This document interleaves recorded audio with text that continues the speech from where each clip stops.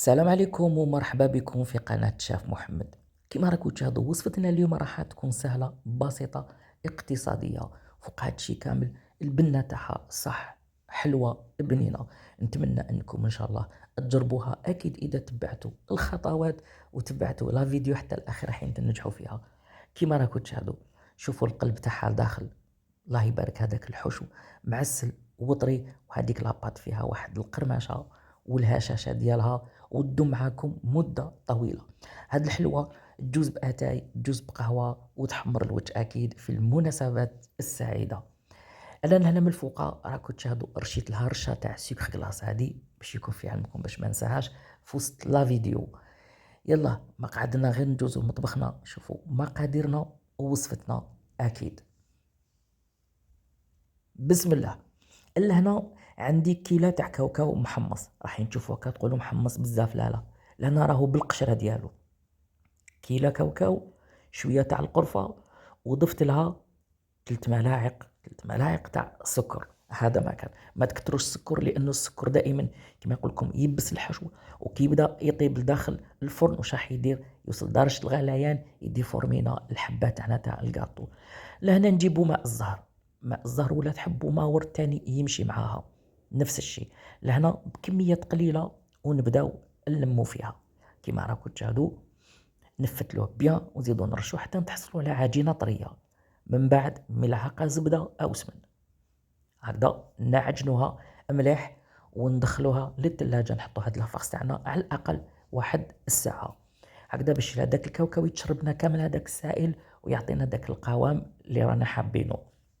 كيما راكم تشاهدوا شوفوا العناتيك كي نخدمها بيدي تشكل، هذا هو القوام اللي نوصلوا له.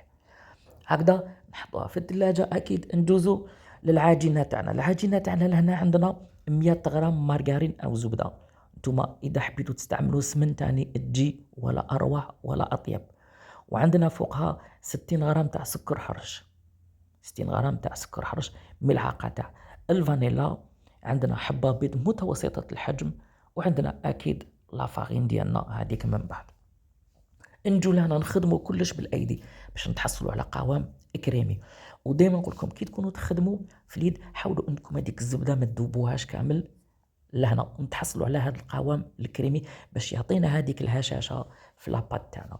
نضيفوا حبه ولاد الدجاج متوسط الحجم، وتقدروا كذلك تضيفوا معها حبه كامله زائد صفار، وتقدروا في نفس الشيء تضيفوا في هذا لاباط مغرف تاع قرفه.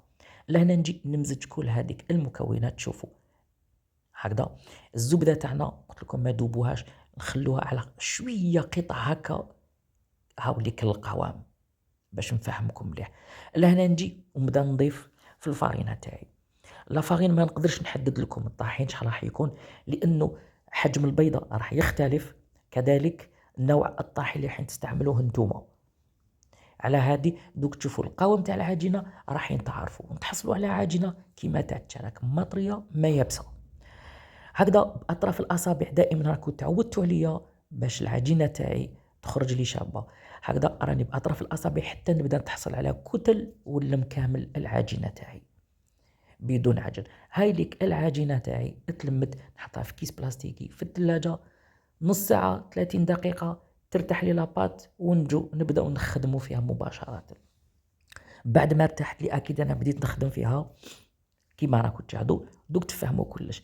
لهنا جيت شكلتهم كريات. الكره تاع العجين درتها 40 غرام 40 غرام 40 غرام، نبسطها سهله ما فيهاش كاع تعقيدات هذه الوصفه.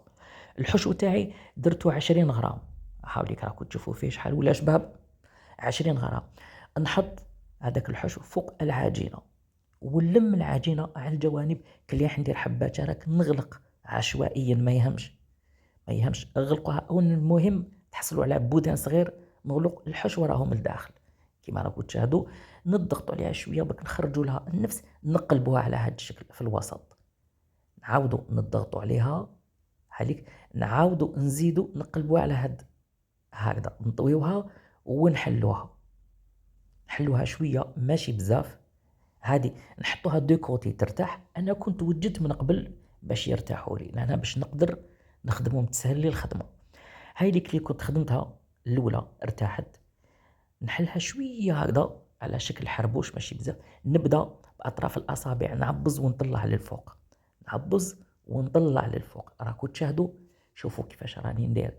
كلي راح ندير كعب غزال باش هذيك لاباط راح تخلط مع داك الحشو، ونجي ندور هكذا عادي، ما فيهاش كاع تعقيدات. ابسط من هذه الوصفه ما كاش، اسهل من هذه الوصفه ما كاش. هاوليك على واش نتحصلوا، شاهدوا على واش نتحصلوا. انا هكذا نكمل كامل الكميه اكيد، ونخليهم في الثلاجه واحد 20 دقيقه، ونجو نكملوا الوصفه. هايليك بعد ما شكلتهم كامل خيتهم في الثلاجه 20 دقيقه باش نقدروا نرمدوهم في الكاوكاو يجونا ساهلين. شوفوا كي تخلطت هذيك الحشو مع هذيك العجينه ولا اروع. لهنا عندي الكاوكاو تاعي ماشي محمص، رحيته بالقشره تاعو. تقدروا من فوق تضيفوا له رشه تاع قرفه كيما كنت هادو بديت نرمد فيهم، رشه تاع قرفه. البيض تقدروا ديروا له شويه تاع الفانيلا، نجيبوا نحطوا الحبه تاعنا هايليك في البيض، ونحاولوا انه البيض يقيس لها كامل الجوانب هكذا. تحبوا ديروا بالبانسو ديروا بالبانسو، هذيك الحاجه اللي تشوفوها تجيكم سهله يلا اتكلوا على ربي وديروها. ونجو لهنا من بعد مباشره كي نطليو فيهم كامل البيض تاعنا، نجو نرمدوهم نجوزوهم في هذاك الكاوكاو. هاد الطريقة راكو كامل تعرفوها، راكو احترافيين فيها. أنا دائما نعطيكم الأفكار وانتم كملوا الباقي من عندكم. هاد الوصفة تقدروا ديروها بالتمر، حشوة التمر وفيها الكاوكاو من فوقها. تقدروا ترمدوها بالجنجلال، تقدروا ديروا حشوة تاع لانوات كوكو ترمدوها من فوقها بلانوات كوكو المحمصة. أطيب أطيب حلوة أنا عندي صراحة.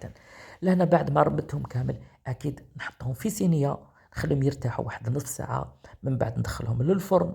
راح يطيبوا على 170 درجة 15 دقيقة، ونشوفوا إن شاء الله في صحن التقديم. هاي لك حلوتنا سهلة بسيطة وسريعة. نتمنى أنكم إن شاء الله تجربوها، أكيد راح تنجحوا فيها. نقول لكم ما تنساوليش التعليقات، الاشتراك، البارتاج. دائما تعليقاتكم أنا تهمني وتحفزني. خوتي خياتي حفظكم الله ورعاكم. نقول لكم اكتبوا لي وخلوا لي الوصفات اللي راكم حابينهم، وسلام.